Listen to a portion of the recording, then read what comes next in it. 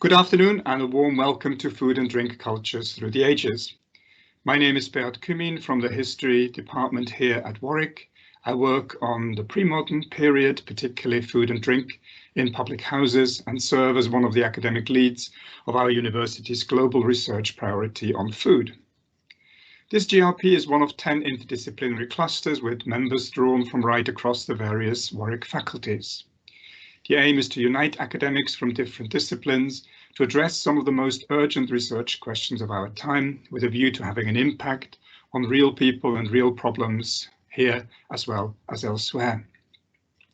Within our own GRP, I'm leading on the food cultures theme. First of all, thanks to all of you for registering in such large numbers and from such a wide range of countries and disciplines. Please note that the event is being recorded. To minimize any technical disruptions, which there no doubt will be, please keep your mics and cameras switched off throughout the session, but feel free to ask any questions in the chat, accessible through the speech bubble symbol on your screen, or by raising your hand at any time. Now, it's my great pleasure to introduce our speakers and panelists for this afternoon. I'm very grateful to all three of them for accepting such a daunting brief and for helping us to think across the many divisions which usually characterize the field, especially those between modernists and pre-modernists, different regional settings, and various conceptual schools. It would, of course, be futile to try and aim for a comprehensive survey of food and drink cultures through the ages. But Alan, Peter, and Susan have kindly agreed to start the conversation with 15 minutes. Opening statements from their own complementary perspectives, which range from the medieval Mediterranean via early modern Ireland right through to the present. We will then go through your questions, or as many as we can manage, in the second part of our meeting.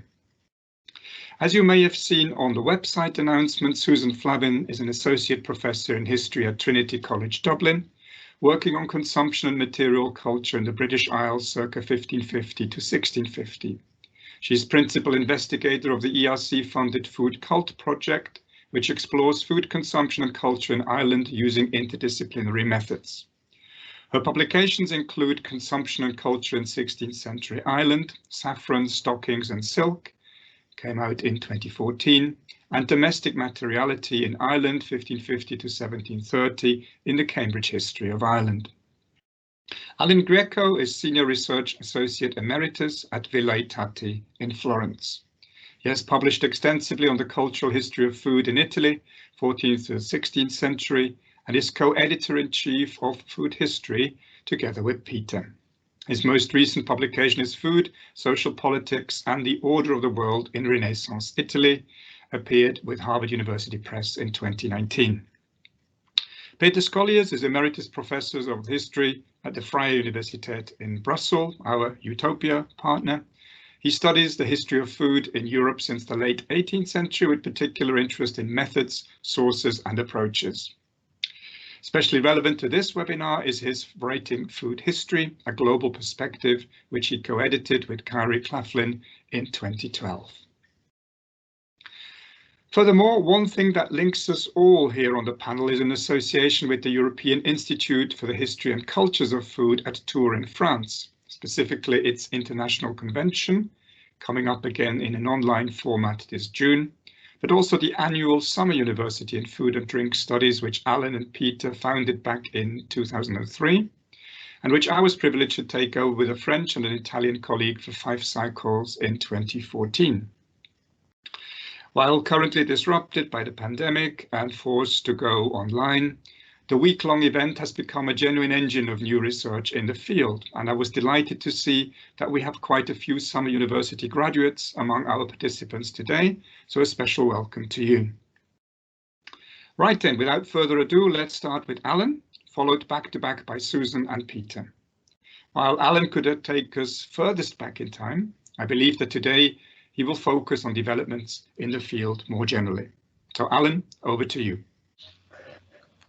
Yes, thank you, Beat, for this introduction. I should preface what I'm about to say by underlining that to try to give a complete look at what the field looks like, medieval and Renaissance, to say the end of the 16th century, is actually a big task. And as I was trying to do that, I kept ripping up one piece of paper after another, and finally I decided that with a PowerPoint it might be a little bit easier to do what I'm trying to do. So could I have the first slide, please? Or the next slide, there. Yeah, there. So as you can see, basically my presentation is in 3 parts. In that sense, I'm very French, I suppose. I'm going to start with setting the stage, the 1960s and the 1970s. I think it's important to know where we were coming from.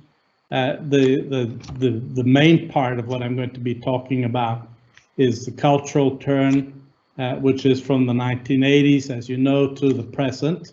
And then I'm going to end with a few considerations about possible future developments, where we might be going, in, at least in my field, but I suspect to a certain extent that will be true elsewhere too. So can we go to the next slide, please?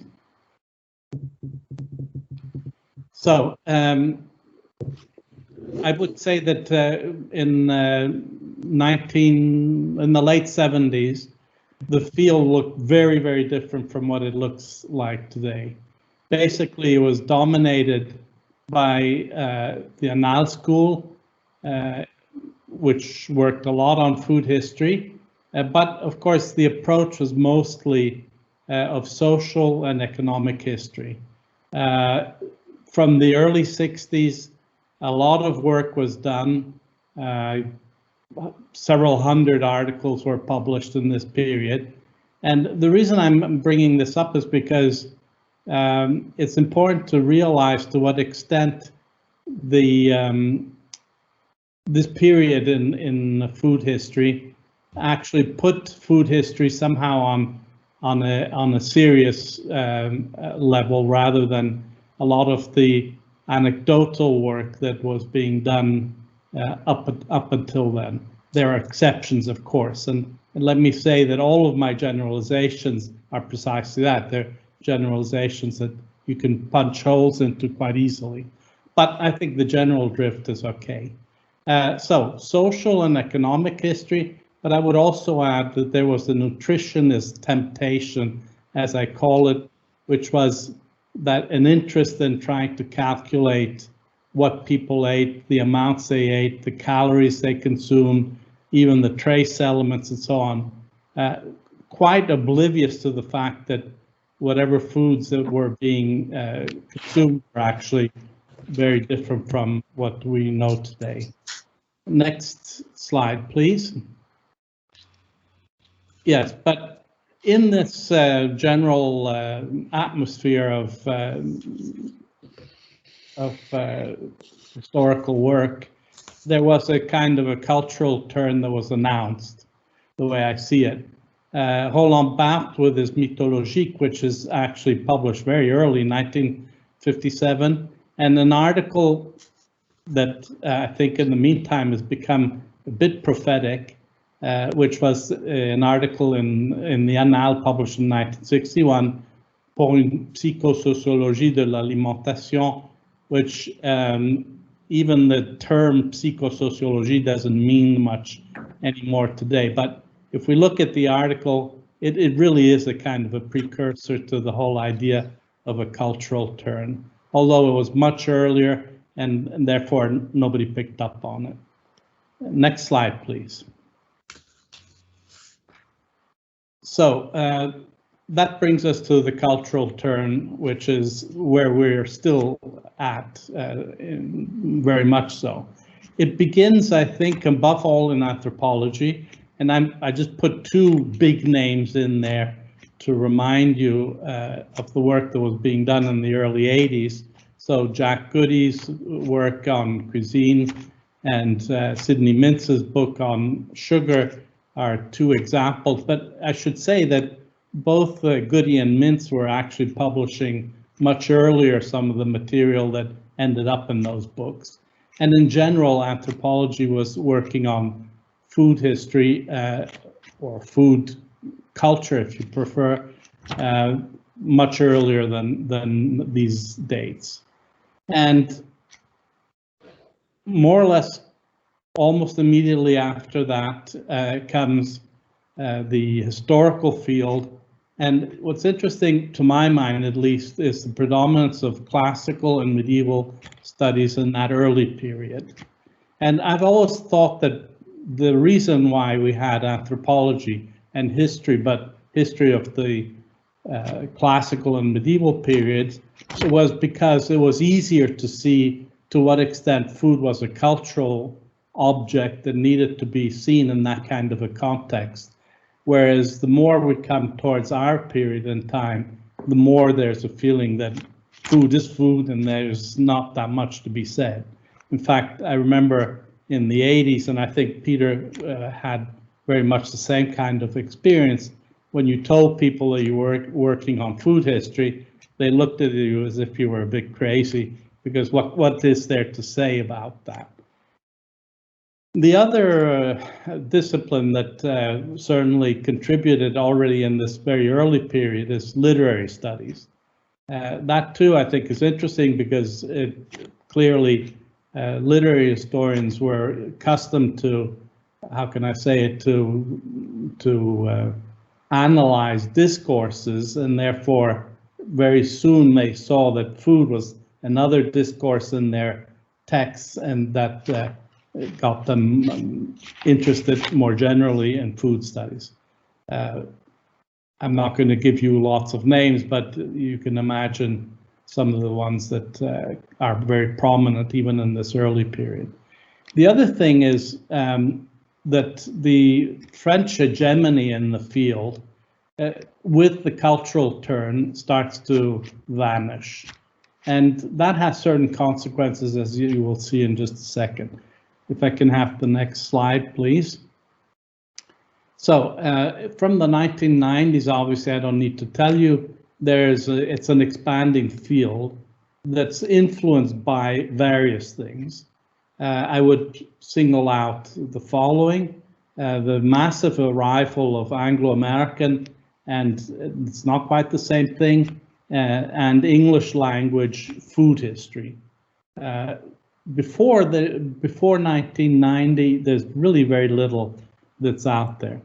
But that then in turn means new publication venues, journals suddenly become venues for publishing food history. And above all, there's a global reach of the English language that completely transforms, I would contend, the way in which food history was done and consumed. Secondly, there's a focus on more recent periods in this phase, and so that's where we start to get the early modern, the modern, and even contemporary history that starts to work on food history. That, again, I would see it more or less in the framework that I just said before, which is that it became more and more apparent that food is a cultural object, and therefore that's how we need to examine it.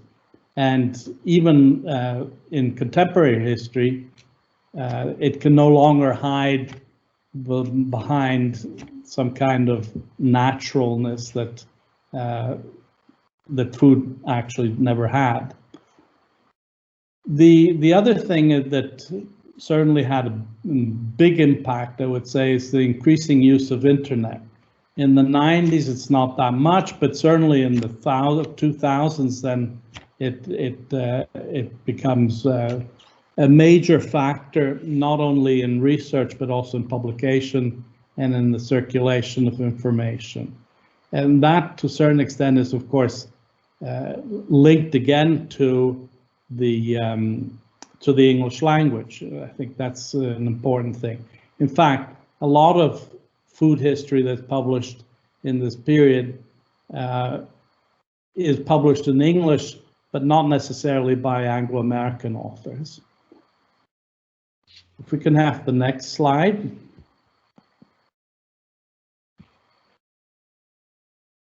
Okay, so anyway, as a consequence, obviously what happens is that we have a series of new questions, new sources, and new approaches that come to the fore in this period.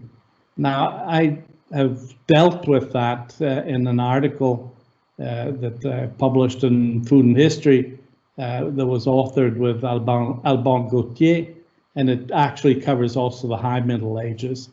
But I'm pleased to say that the article had a lot of success in the sense that it's one of the most downloaded articles of the journal. And I say that not so much because for an ego boost, although that's always nice, but because it seems to me that it says something also about the interest that there is out there for medieval and Renaissance European food studies. So in that article, we touched on a couple of things. It's a relatively short article, but there are hundreds of bibliographical indications, so it's not easy to summarize it.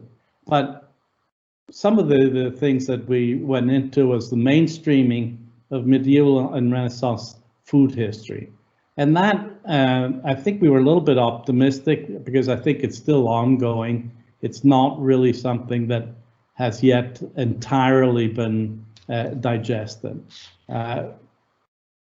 Probably in the modern and in the early modern periods, they probably could say the same thing, but I'll let the others come up with that. The other interesting development is iconographic inquiries and the serial use of images. There's quite a lot of work there, more for the Renaissance than for the Middle Ages, for reasons that are a little bit too long to go into right here. But it's just the idea that if you want to analyze a cultural phenomenon, one of the things that you might want to look at is how painters actually portray food and how can we read that. The other big development in the field was medical and dietetic history, which is a very active sector, still is a very active sector. Yet another one are cookbooks, of course, and there I just remind you of the big project Corema and various North American undertakings. These are all very, very big undertakings, and we have not seen the end of the results, all of the results that they're going to be able to pull out of the databases that they are putting together. And they're very sophisticated. For those of you who have looked into, followed some of the work of Corema, they know that the database is incredibly sophisticated and should result with some very interesting things. The other strand that I would pull out is linguistic analysis and etymological analysis in texts. But I'll talk about that in just a second, because I think in this early period there is a certain amount of work on this, but still it's not very developed. And last but not least, I would pull out also wine and more generally drink history, which is a field that is sort of curiously and on the margins, but I think it's an important one and certainly will be developing in the future. Can I have the next slide? Okay, so that brings me to some future developments that I can see coming up, or I hope they are coming up, certainly. I begin by saying that the continuity of all the specialties mentioned so far and there are others that I've left out, is most likely. I don't really see anything being abandoned entirely. Just look at cookbooks. When the first work was done on them about 30 years ago, very quickly the idea was that, well, we've said more or less everything there's been to be said, and now we're finding that no, actually, depending on the approaches, this is a almost inexhaustible source that needs to be looked into. The other thing is that I can see revisitations, what I call revisitations, and in particular, I can see that economic history, which was really completely thrown by the wayside in the 1980s. I hate to say this, but I think we almost looked down on anybody who did economic history. But I can see it coming back with a more cultural slant that I would say might be hoped for, rather than the sort of hard-nosed economic approach of yesteryear. The other thing that I find particularly interesting, I'm getting a lot of feedback, I hope you hear me still, is linguistic analysis and quantitative analysis of literary texts. Now here too, there are big equipes that are working on this, and I remember in the 80s we were already wondering about what could be said about the language used to describe not just cookbooks, but more generally, and how could we work with large amounts of literary texts and do some kind of quantitative analysis of them. All things that have become perfectly possible with the use of computers and with the scanning of greater amounts of literature that has happened in the meantime. Then there's also archaeology. I think all of us feel that archaeology has a lot to offer, but in the past was sort of the traditional kind of archaeology, but now I would say that there's a lot of new specializations. So for example, paleopathology, DNA extraction, and then I'll give an example of how that can be used. Gas chromatographic chemical analysis. These are all very sophisticated tools, which frankly, I'm not really capable to talk much about, except to say that they promise a lot and certainly will contribute to our field in an interesting way. Wine history, to give the example, it will continue to be, of course, a social and cultural history, but it is also true that the DNA extraction that's happening is sort of revolutionizing the way in which wine history is being done. We're almost at the point where we can identify grape varieties, for example, from the Middle Ages and even earlier on. That opens enormous vistas that will be very, very interesting to see. And now I'm going to ask you for the last slide. I hope I'm still, yes, I think I'm still more or less on time. So might there be problems ahead? Yes, I don't want to give the impression that brave new world, we're going to solve all the problems. I can see various things coming up. To begin with, there's the problem of the representativity of samples. And of course, that means also contextualization of things. So that is a problem that in archaeology, at least for our use of archaeological sources, is problematic. Because if you excavate one site, you might get certain results, but that doesn't mean that they actually represent anything more than that particular site. But anyway, that's That's a detail.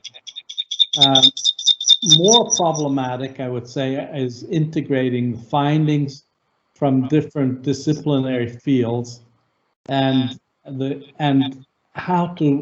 relative weight that one would accord to the evidence. In other words, if historians are working with archaeologists, that's not an easy mix often. In fact, that's why my last point, which is that it requires interdisciplinary, but really much better transdisciplinary dialogue in order to try to give the right weight to the different elements that, or the different ways in which we're putting together the materials to come out with a unified picture. Excellent, Alan. Very many thanks. That was a fantastic framework for us and a sort of a perspective to build on and to introduce us to the subject today. Can I remind everybody who's joined recently to please switch their microphones and cameras off, because we are getting some interferences. So I can see Diego, for instance, on my screen. Can you please? Thank you very much. Excellent. So in our second presentation, we have Susan, and Susan will be able to, I think, share her PowerPoint with us. Is this okay? I'm in slide sharing mode. Yeah? Yep, it's good. Okay, well, hi everybody, and thanks very much to Beat for inviting me today. I'm here to represent a country where the study of cultural food history really remains in the early stages of development, and to introduce the Food Cult project, which hopes to remedy this through interdisciplinary collaboration. So hopefully I'll be able to pick up on some of Alan's points as I move through. Unlike other countries represented in this very small sample of recent early modern historiography, Ireland has remained stubbornly resistant to the field of food history. Thanks to a number of really great initiatives, and a shout out to the Technological Institute of Dublin here, who really do lead the way, things are starting to improve, but there are complex reasons why this has been so slow. In ideological terms, Ireland's very turbulent colonial past has led to an emphasis on military and political history rather than everyday life. And of course, there's always the spectre of the Great Famine in Ireland. So for obvious reasons, this dominates Irish food history, but it's led to a focus on subsistence and a very passive narrative of Irish foodways. So Irish people, you'll notice, are always either emulating English tastes and developments or being oppressed by them, and they have very little agency in between. But Ireland, of course, like other countries with, similarly under-researched food histories, was not detached at all from the developments that make the early modern period, I suppose, so interesting and exciting. Globalization, new foods and dining habits, and increasing social as well as national stereotypes around foods, changes in patterns of consumption around religious ideas as a result of the Reformation, and so on.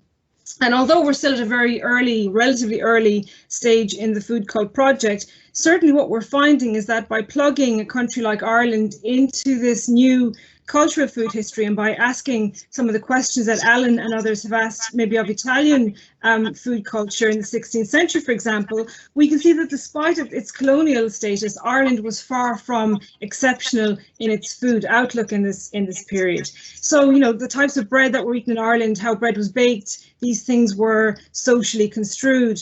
Symbolically, a parsnip or a beet had the same lewd or humorous connotations in Gaelic Ireland as it did in Italian culture. A joke about flatulence in relation to peasants eating beans was as funny in Ireland as it was in the Netherlands. So foodways we're finding were policed socially in Ireland in exactly the same ways. And indeed, English descriptions of the barbarous Irish diet that we're all familiar with, when they're read in the context of this sort of wider food ideologies in this period, take on much more nuance. So I would suggest that there's a universal language around food symbolism in this period, and the recent work emerging in a broader context is really useful for those of us hoping to contextualize the meanings of food in other underrepresented regions.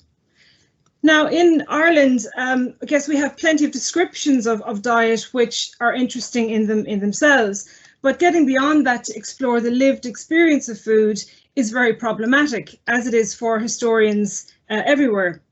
One way around this, as Alan has mentioned, is to try and integrate material evidence, and there are very clear synergies, as we know, between archaeological and historical approaches.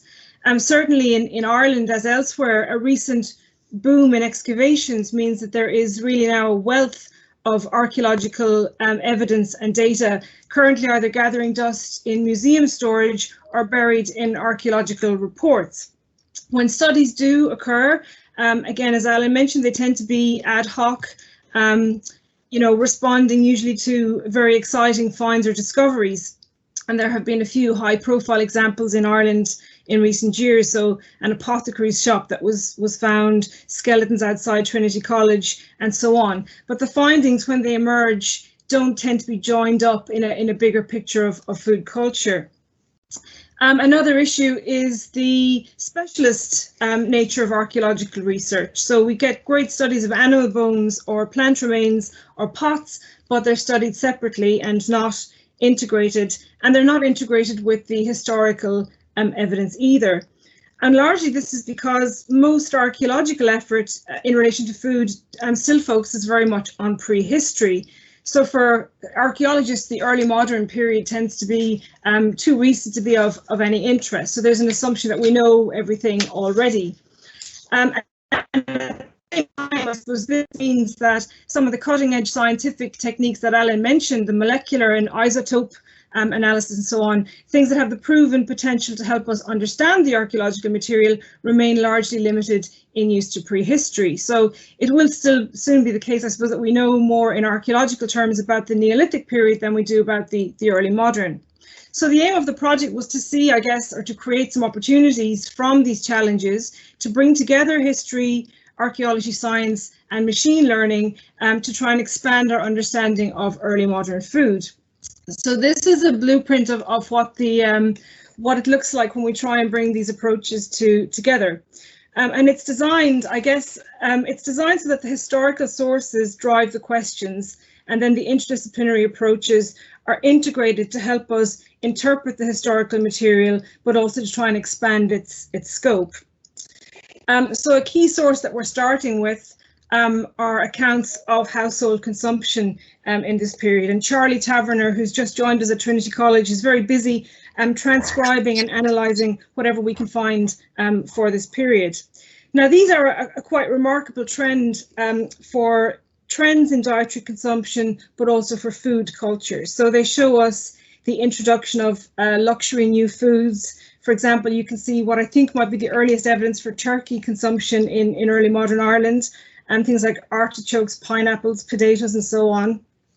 They show us new everyday items like hops for beer in actual use in brewing, and they show us the meanings of food.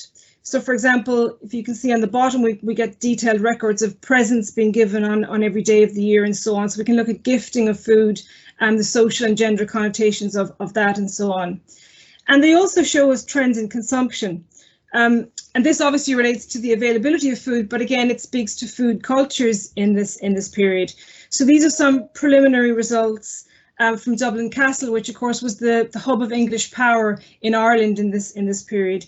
And you can see quite clearly there that the Lenten fast, where people existed on red herring, was still very much enforced at the end of the century. We know that this was probably only observed by the lower orders, suggesting that spiritual restrictions become superseded by social restrictions after the Reformation. And in the accounts from the mid-17th century, we find no evidence of Protestant fasting, maybe suggesting by then that we have two distinct food cultures in Ireland along religious lines, so a Gaelic Catholic culture and a Protestant English culture. And again, if we look at this in relation to the representational sources, this is what we find in the descriptive literature as well. These allow us to look at relative consumption as well. So you can see here the overwhelming reliance on red meat, interesting in statistical terms, but also very interesting in cultural terms. Maybe getting to that point about how economic history and cultural history can overlap. So you can see, well, in this particular year, a huge reliance on red meat. About 80% of this was taken as a tax on the Gaelic Irish. So this trend raises very interesting questions about food, power, ethnic identity, but maybe even the origins of the English association with roast beef, which cultural historians would suggest was a fantasy, not based on actual consumption, but which these accounts might suggest was much more. And again, in relation to very specific foods like bread and beer, these sorts of sources often give us some outstanding details. We know, for example, we know very high levels of beer consumption in line with European trends, and we also have great data on seasonal trends in brewing and baking and so on. So we have got some interesting historical sources, but of course the problem is that historical approaches in isolation have severe limitations. So in the case of Dublin Castle, quite clearly this isn't representative of overall consumption in Ireland. Even when we get down to the narrow level of households like this, we still don't know very much about what individuals were eating. So then the question is, how can integrating approaches help us with this? So we've begun by developing a major archaeological database of food-related finds. So I suppose getting around the problem of atypicality on individual sites, a team led by Mariel McClatchy at UCD are basically trawling all of the archaeological reports with findings from this period and collating and mapping them. So taking out the plant remains, animal bones, artifacts, cross assemblages dated to the period. And then we're working with statistics and machine learning experts to see if we can find trends in this data and variations in consumption and material culture. So, you know, did oats predominate everywhere in Ireland? In what context do people eat more fish and dairy? Which areas are more likely to have new types of imported pottery or new types of consumption like tobacco and hopped beer and so on? If we link this back to the records, we know, for example, in Ireland that the overseas trade records show that there was a consumer boom in the 16th century, but mapping the archaeology is allowing us to look at the spread of these goods once they arrive at a port. So where are they going? How are they being used and so on? And they also allow us to address the limitations of the historical evidence. So again, we have records for Dublin Castle, but this hopefully allows us to test how typical this was outside of these institutions, and of course allow us to look at contexts where there are no written records for this period. So of course that's most of Gaelic Ireland. This mapping is quite well underway, so this gives you an idea of the number of sites that we've currently inputted. But yeah, so we're making some progress with this, and hopefully we'll have some results quite soon.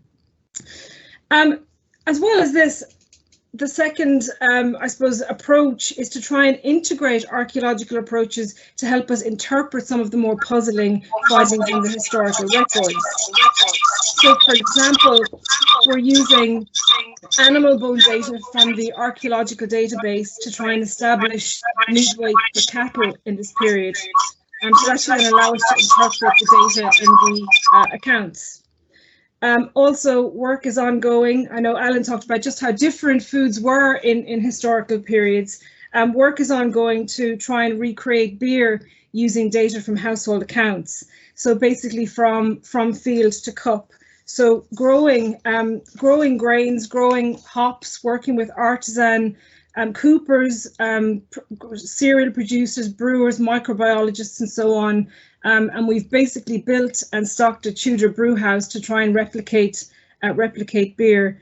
And hopefully we'll be running this experiment in September, the final run of it. But some of the test results you can see in this glass here as well. So making some good progress with that too. So I suppose the idea is that we hope we can better understand both the nutritional and the cultural significance of heavy beer drinking by establishing the nature of beer. And then the next phase is to select some sites from this archaeological database to undergo specific scientific tests. So we're using organic residue analysis of pots, multi-isotope analysis, and dental calculus analysis of human remains. So the aim is to compare food consumption across perceived dietary boundaries, so urban versus rural, settler versus native, and so on. Organic residue analysis really is examining the absorbed residues of fats from the inside of pots. Beat has a link, I think, that he's going to put up to some further information on this if you're interested. This is Julie Dunn at Bristol who's doing this for us. But as a scientific technique, this is very interesting because it allows us to answer questions specifically related to Ireland. So, for example, I've just pointed out to the evidence for very high meat consumption at Dublin Castle in this period. Culturally, it's assumed that the Gaelic Irish had a very different diet with an emphasis on dairy rather than meat consumption. And of course, this is viewed as barbarous by English commentators. So residue analysis, we hope, will allow us to explore meat and dairy consumption at a more complex level. And it will also help us to further understand globalization. So if we can identify exotic resins, for example, this might tell us more about the diffusion of new tastes. If we can identify what was stored and cooked in different vessels, we can test the extent to which goods were becoming more specialized and commodified in this period. The second approach is isotope analysis of human teeth and bone. So collectively, all of the efforts so far will still present a generalized picture of diet at the level of establishment or archaeological site. By undertaking isotope analysis, we hope to consider individual diets in a range of comparative contexts. So we'll use a suite of isotopes to first broadly establish the population consumption of select sites, so using strontium and oxygen isotopes to look at native versus newcomer at different types of sites. And then we will hopefully look at the distinctions in diets in people of different origins. We'll look at the significance of social status, geographic location, and gender on diets. So is there a distinction between terrestrial and marine or plant-based diets in different types of contexts? And also, this is, of course, a very turbulent period, lots of scorched earth and siege warfare and famines in Ireland.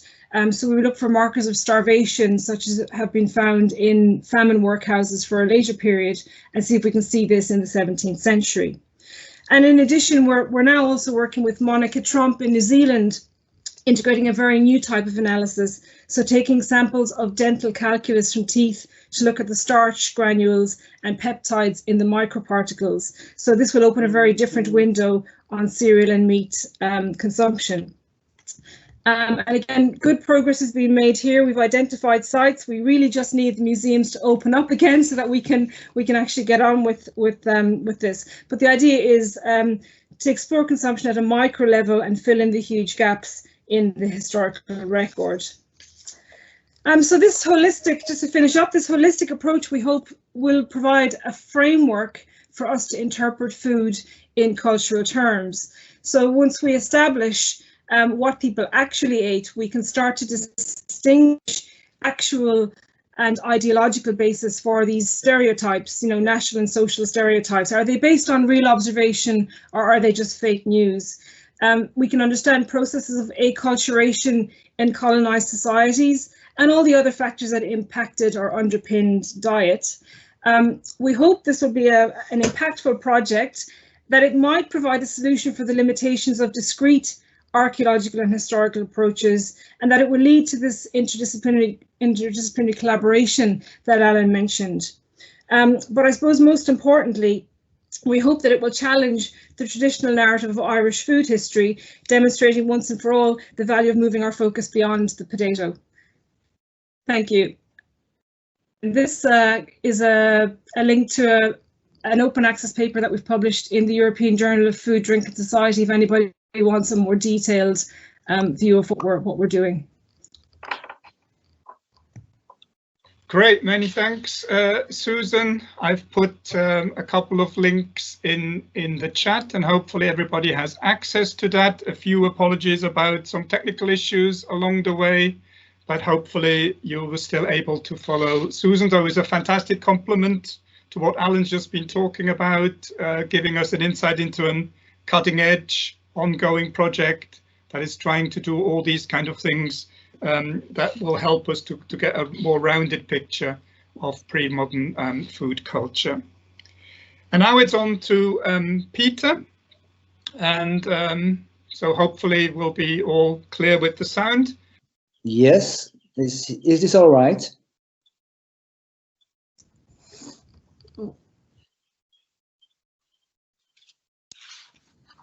Is this all right? We hear you perfectly. Okay, here I go.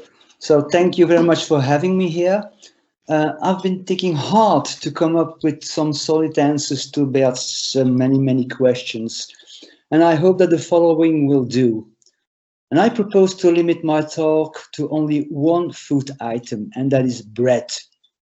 I have two justifications for this choice. The first is a very selfish one, because I just published a book in Dutch on the history of bread in Belgium.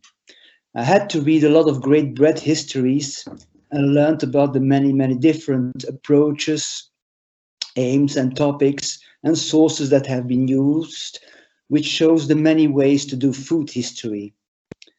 And this will allow me to consider a sort of state of the art with regard to food history.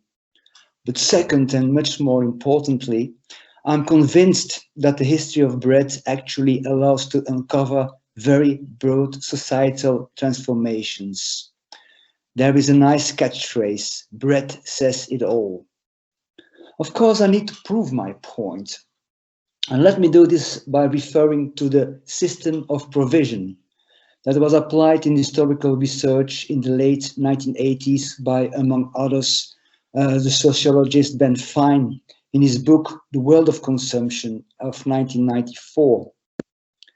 A system of provision considers all elements of a chain that starts in the field and ends on the plate or in the little bin.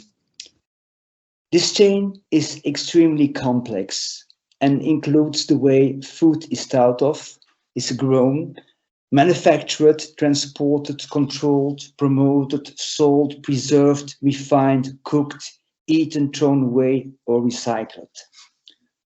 Ben Fine proposes to conceive of systems of provision in separate fields. So, next to the food system, there would be a clothing system, a heating system, a transport system, and the like, and of course also a food system.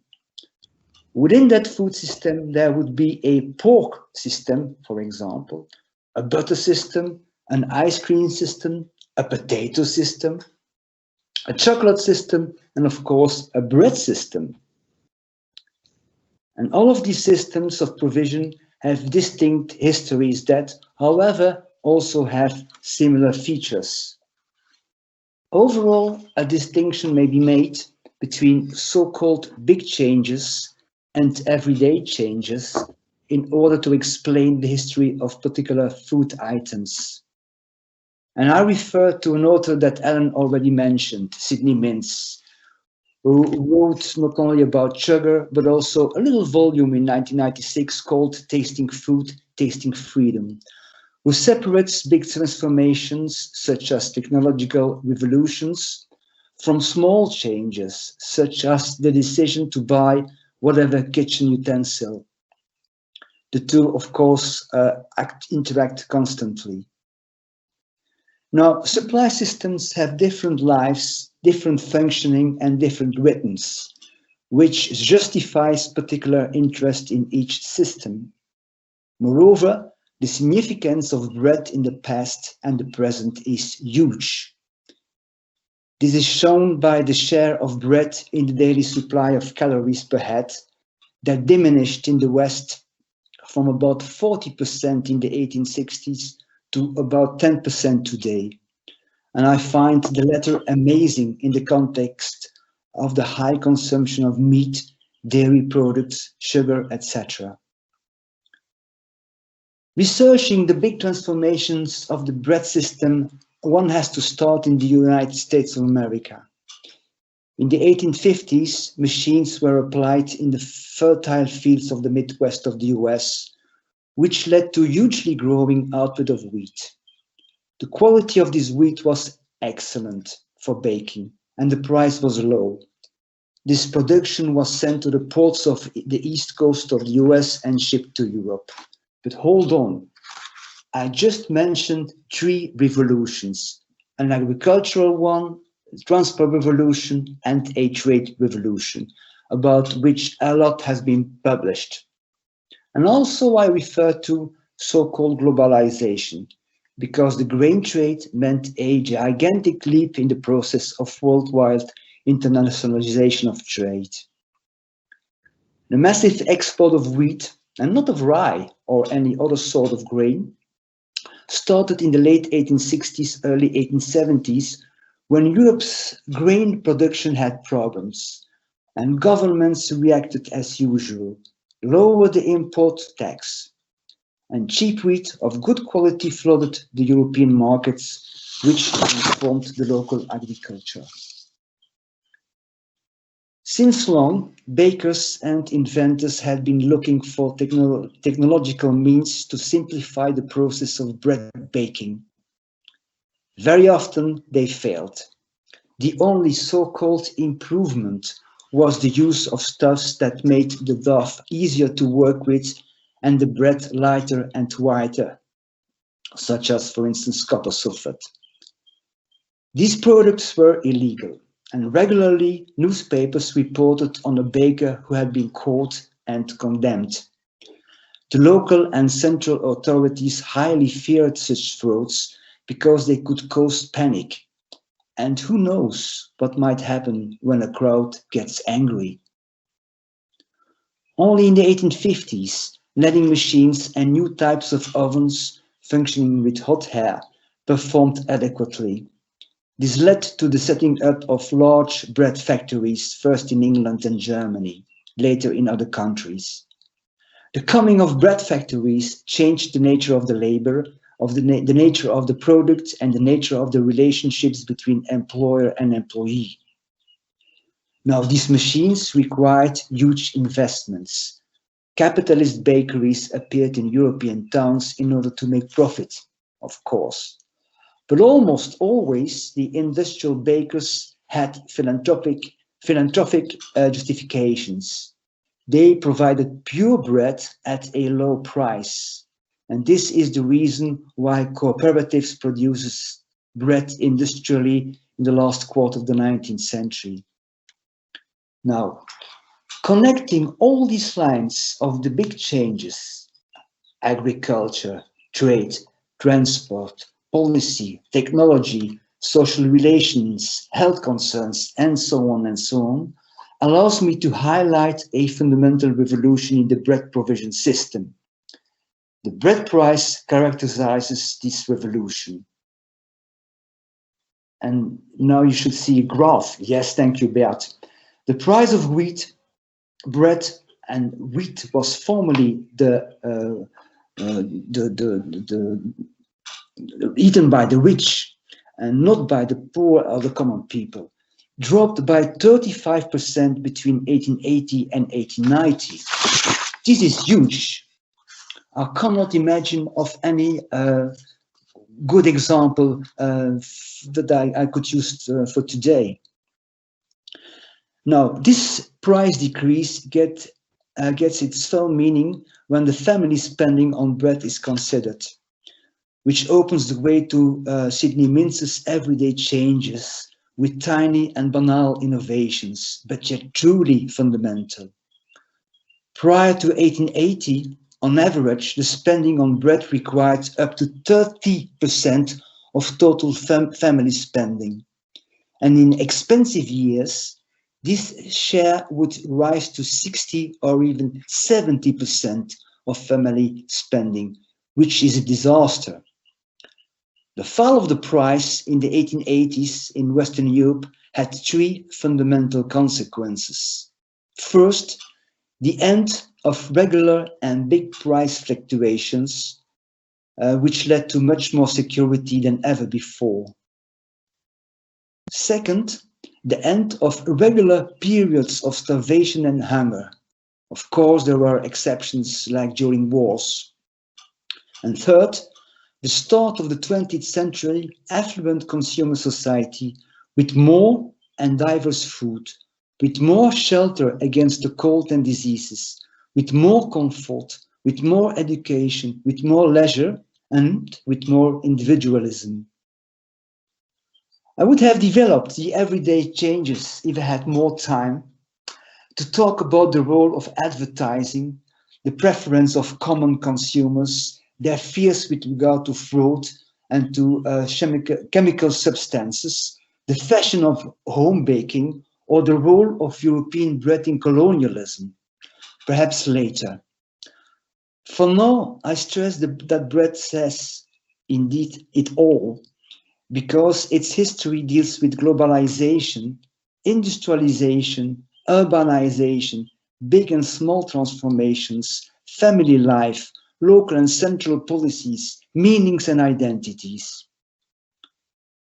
Because of these many bonds, the history writing of bread, and of food in general, requires the exploration, the testing and application of several approaches, concepts, sources and methods.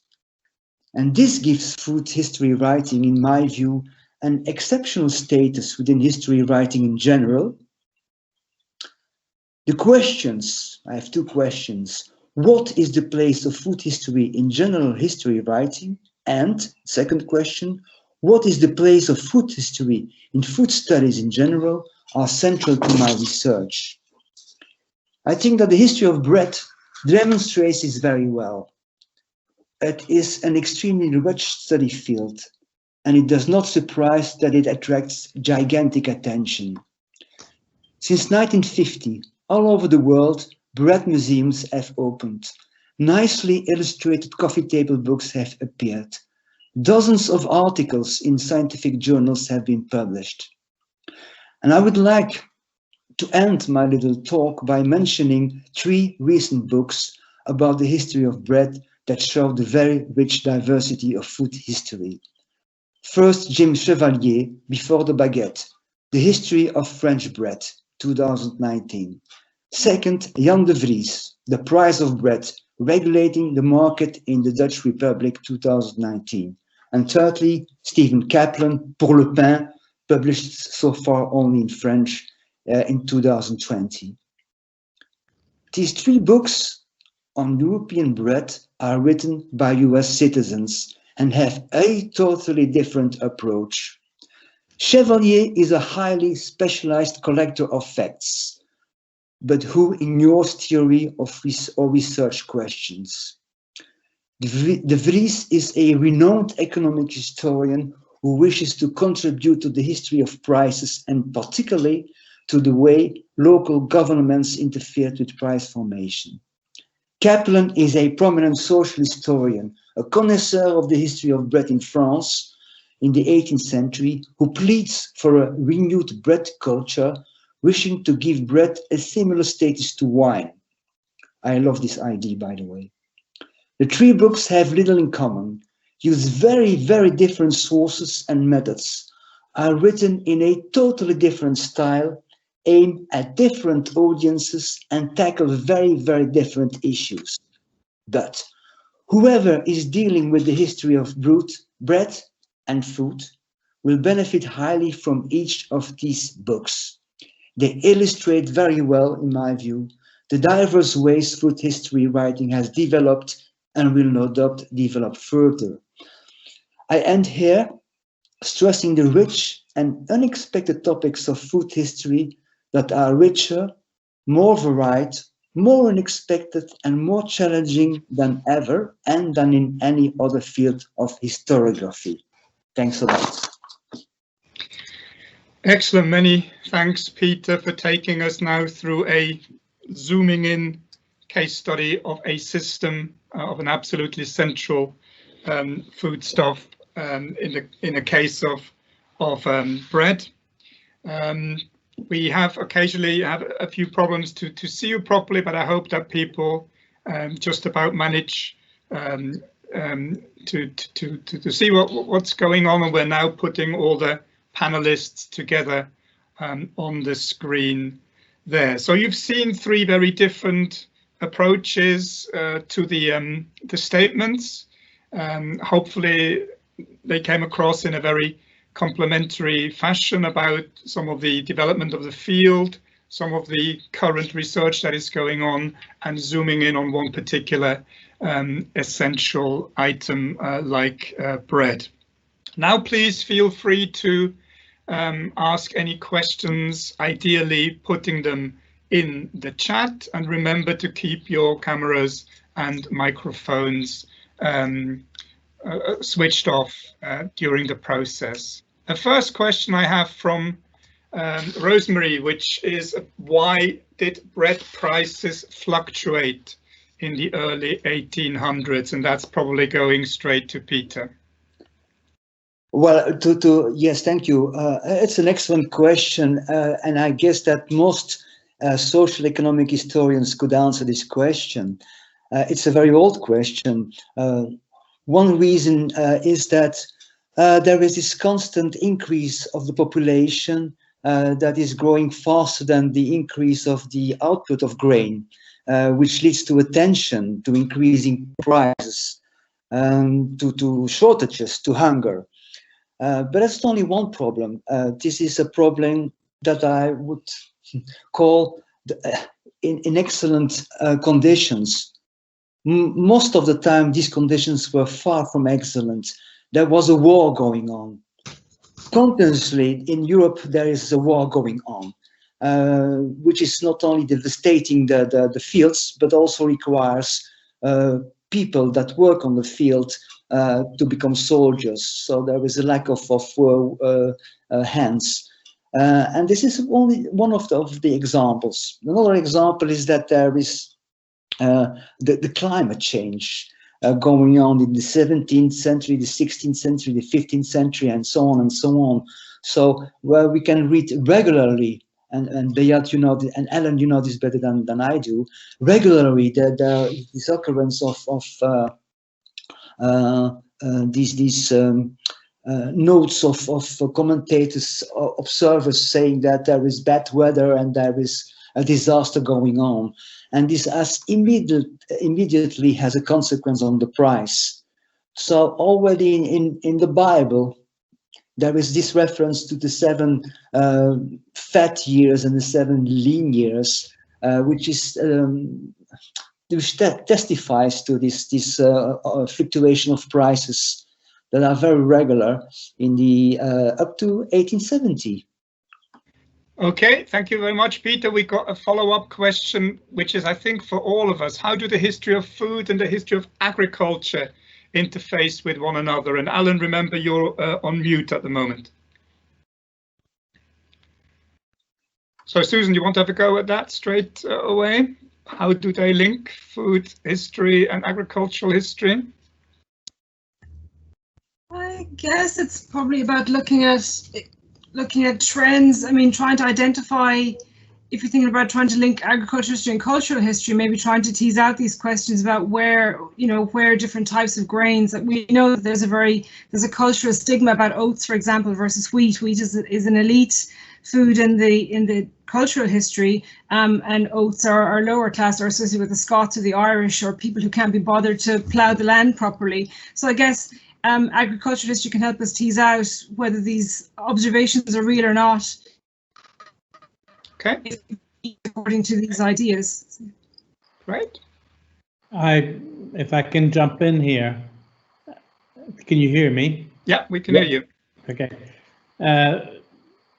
I think it's a bit difficult actually to separate the two things, in the sense that agriculture, we tendentially think of agriculture as some kind of a objective way of producing food, which it isn't.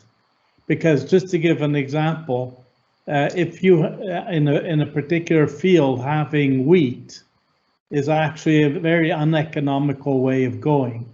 There are all kinds of other grains that would be much more productive, but yet, why is wheat grown? Well, there's a cultural reason.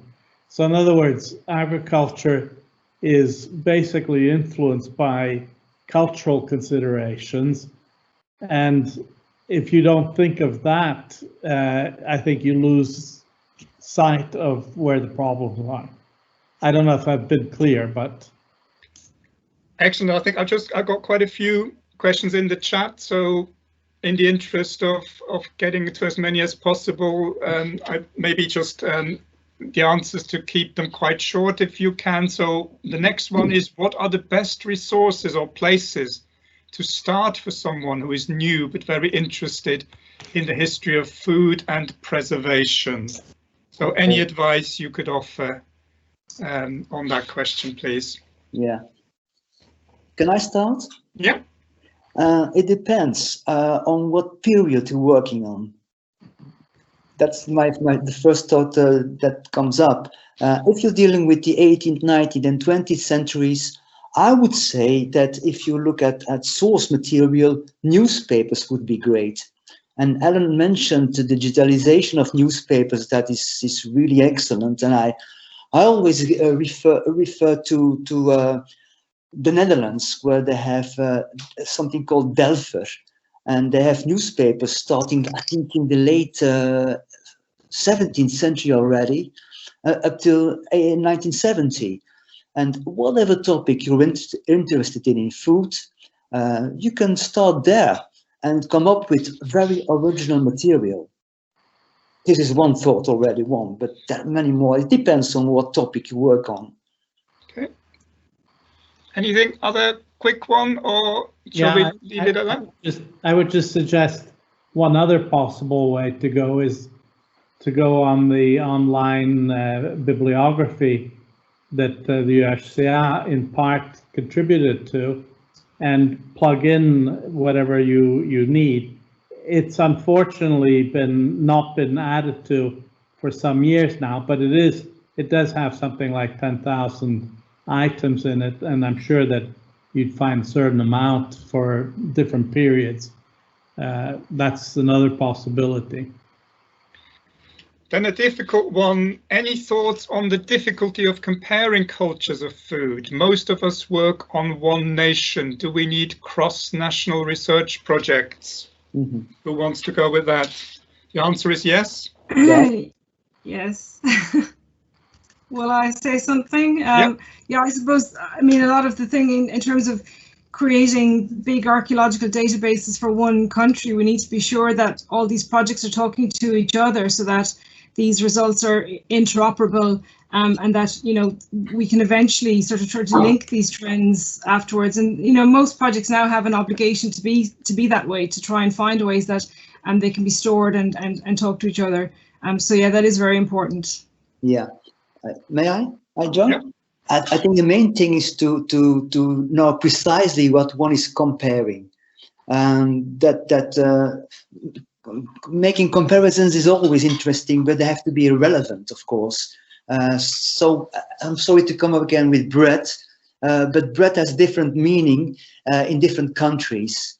And talking to students about bread, students coming from different countries, all of them say, oh, the bread where I come from has a special meaning. You can hear this from Italians and people from Poland and from the US.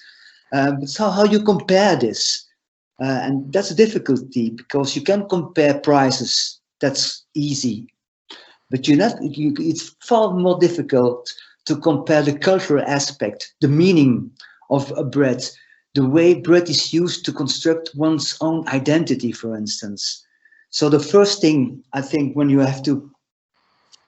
want to make comparisons, is to have a good basis, a solid basis to make this comparison.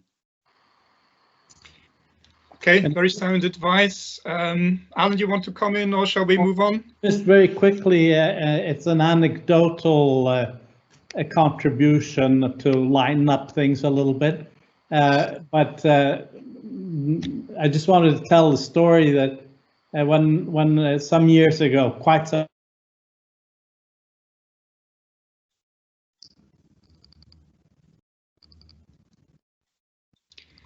Okay, apologies. We have had a connectivity issue with Alan. So Sue, if you could maybe alert Alan to that problem, maybe he can leave and rejoin. In the meantime, a question for Peter. Can you say anything about the history of the world wars and bread? Absolutely, yes. It's almost a separate topic in history of food. First of all, the war is a separate topic, and lots of books and articles have been written. For the very simple reason that bread has been essential for many people in Europe, and for that matter in the world. And when there is a war, the whole agriculture is transformed, is actually stopped. In Belgium, for instance, there is almost no agricultural activity going on during the First World War. The Second World War, that is different. That's one problem. The second problem is that there is no importation of grain into Belgium anymore. So this leads to a huge problem of providing food. First consequence is that the price, of course, increases a lot, hugely. You did not see that on my graph because it's in inflation that is immense. But that means shortages. That means also increasing social inequality to an extremely high extent, and this means that for many people, bread, because they have no choice, they cannot buy meat or dairy products. They have to buy bread. And the quality of the bread degrades month after month after month. And this leads to people, for instance, I shall start with an anecdote where Alan left us. During the war in many countries in Europe, people had to have black or brown bread again, which they hated.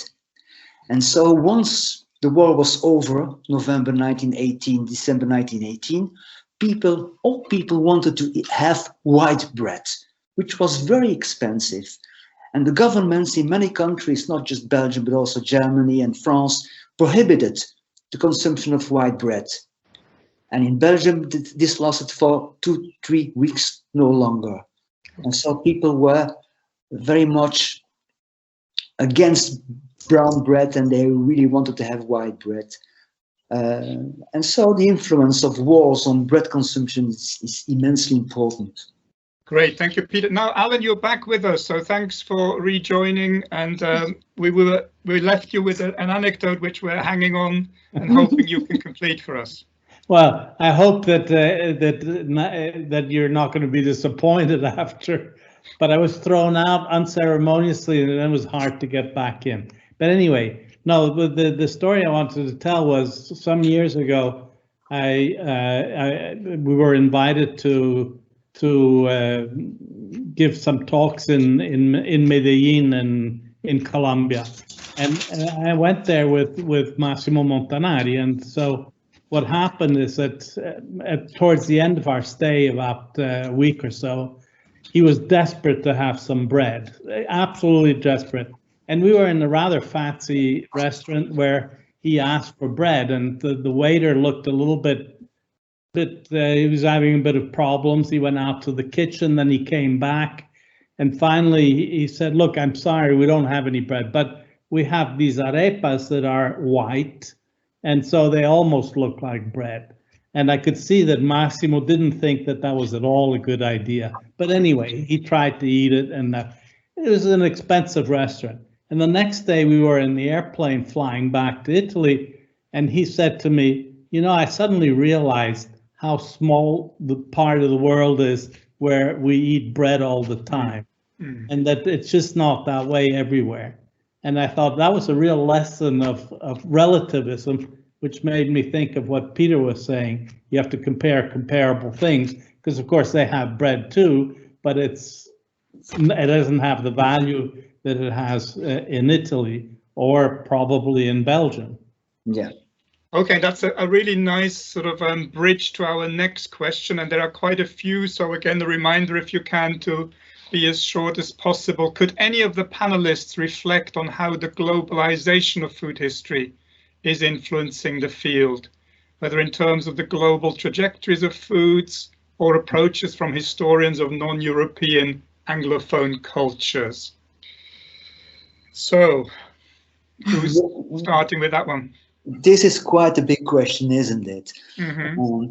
Well, I think first I would start with a counter-reaction to globalization in every country. And Alan already mentioned it in a way. That is that the local is also getting more important in terms of this globalization as a reaction against globalization.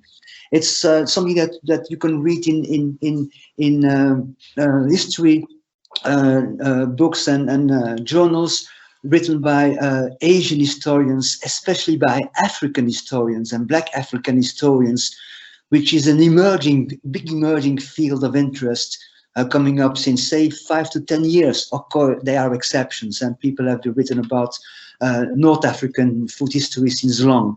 But Black African history on food is pretty recent. And so this is a reaction against this globalization, and it's part of it. And I think that the two go together. You cannot separate them. So that would be a first reaction. Okay. Susan, Alan? Yeah, I'm finding a lot of the new work on colonization and colonialism in America very interesting for understanding Irish food culture, for example. So, and especially works Food in the Body, the Spanish Conquistador study in America. That really helps to understand these ideas and how they're transplanted from different colonies. So that's really helpful. And a lot of the new work on Black, for example, as well, and we can find very similar reactions to that in Ireland. So again, these sort of studies in different colonies help us to understand that too. So I think it's very useful. Yeah, I would say also medieval and Renaissance. There obviously there are a lot of influences. To begin with, they're the influences that are coming from the East, and so a whole series of products that begin to be well known in Italy, but in Europe more generally in the 14th century, in the 15th century, artichokes, all kinds of products, citrus fruit, etc., are coming from there. But then there's also in the 16th century, there's the whole opening up of the Atlantic world, which also brings in a whole new dimension to food. Although what's interesting is how it gets assimilated and how there are differential paths whereby it becomes assimilated. But also, and that shouldn't be forgotten, is how certain things are exported. And so, for example, the making of wine in South America, I find it a fascinating history. There's a certain amount of work that's been done on it for the 16th century, not much, but something that should be developed probably. Okay, on the background of globalization, does the panel think that exotic food such as Asian food and specialty restaurants are increasingly appearing in the European market, and what impact do you think this phenomenon has on European food culture? Has there been any work on exotic food in academic circles? Yes, absolutely. Yeah, it's not new. First, we have to define what is exotic. If you live in Belgium, Italian food is really exotic in the 19th and the early 20th century. If you live in Germany, Hungarian food is really exotic, and it has a history. Exotic food again in different parts of the world. But referring to the question, of course, there is a lot of interest in the coming of Chinese or Asian restaurants in general, and the influence on European cuisine in general. So there are now a lot of food histories and articles on Chinese restaurants in Germany, in the Netherlands, in Belgium. Not so much in France so far, for whatever reason. But there is this huge interest, and not just one way in the reception of exotic food in Europe, but the mediation of European sweet exotic food. I give you a brief example. Chinese restaurants in Brussels differ from those Chinese restaurants in Antwerp. And there is 40 kilometers between the two cities. Okay. Great, thank you. Let's leave it there in the interest of getting to a few other questions. One is for Susan. Can she say more about the mapping and how reflective is the exercise of the coming together of diverse sources? So can you speak to maybe the success of that interdisciplinary approach? Of the mapping in particular, is mapping the archaeological excavations. So again, how typical is that? It's interesting. I mean, it's problematic, and some of the bigger problems are around dating and things like that. So as historians, we want things to be very precise, and I wanted to know exactly what's happening between 1550 and 1650, and that's not possible using the archaeology. And in particular, some of the issues are that the 16th century seems to be missing entirely in some places. So there are problems in aligning these sources, but they're still very interesting for broad trends, and some things more than others. So I think if we were going to try and use the archaeology to fill in the picture on the consumption of exotic vegetables in the 16th and 17th century, we would be completely barking up the wrong tree, because it just doesn't survive in the ground. So we can use it to look at globalization, for example, in other ways, by looking at pots and maybe fruits and things, but we can't for some foods. So it's useful, but I think again, it's only by bringing all of the methods together that we get a full view. Does that answer the question? Hopefully. Now, thinking across the field, the next question: what specific foods do the panelists think are most under-researched? It's not potatoes. If you want, yeah, or if you want over-researched, yeah. So potato, maybe, whatever. What you three think about that? Under-researched or over-researched? Again, I think it depends on where you live and which period you're dealing with. Okay, that's a good historian's question. Answer. That's a cautious answer, I would say, Peter. Yes, it is. I mean, grain is over-researched proportionally. Oh, not at all. No? Not at all. Well, grain prices, if anything, are over-researched, if anything.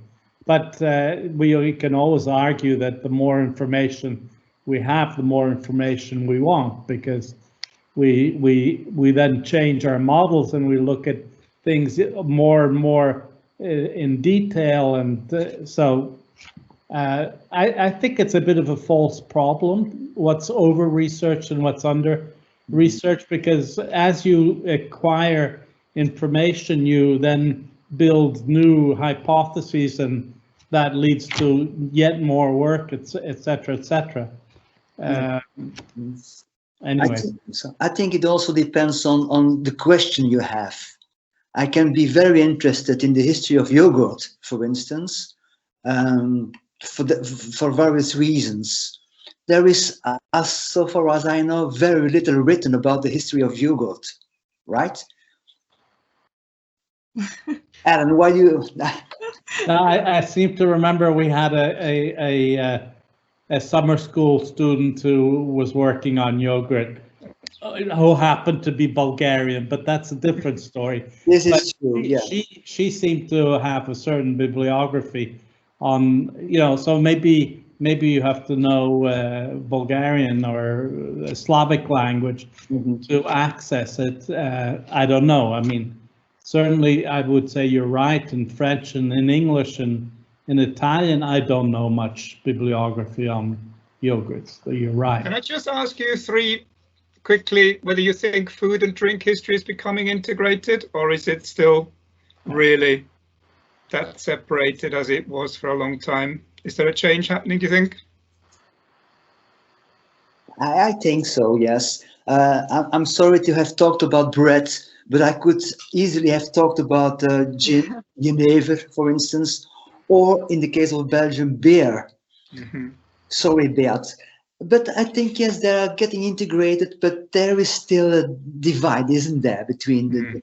But I consider food, it includes, of course, water, as well as wine and all possible drinks.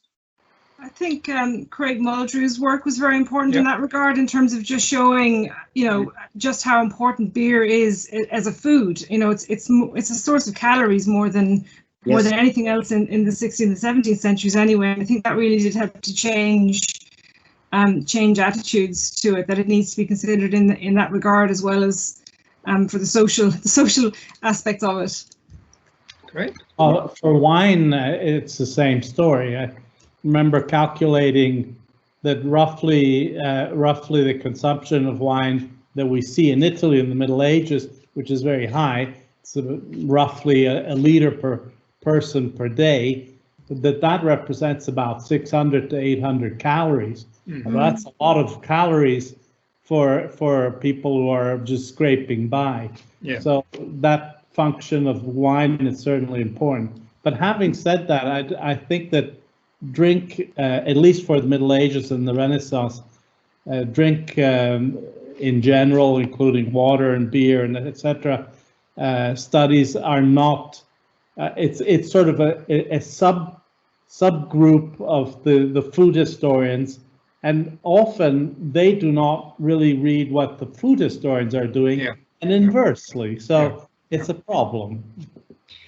Good. Okay, so Alan, you will find an interesting comment on your anecdote in the chat, and I think we have to start wrapping it up. Sadly, what remains for me is to thank the three speakers and all the participants very much for joining us this afternoon. Also Susan Gibson and Rosemary Collier, who helped behind the scenes, where quite some interesting things were going on in the course of this webinar.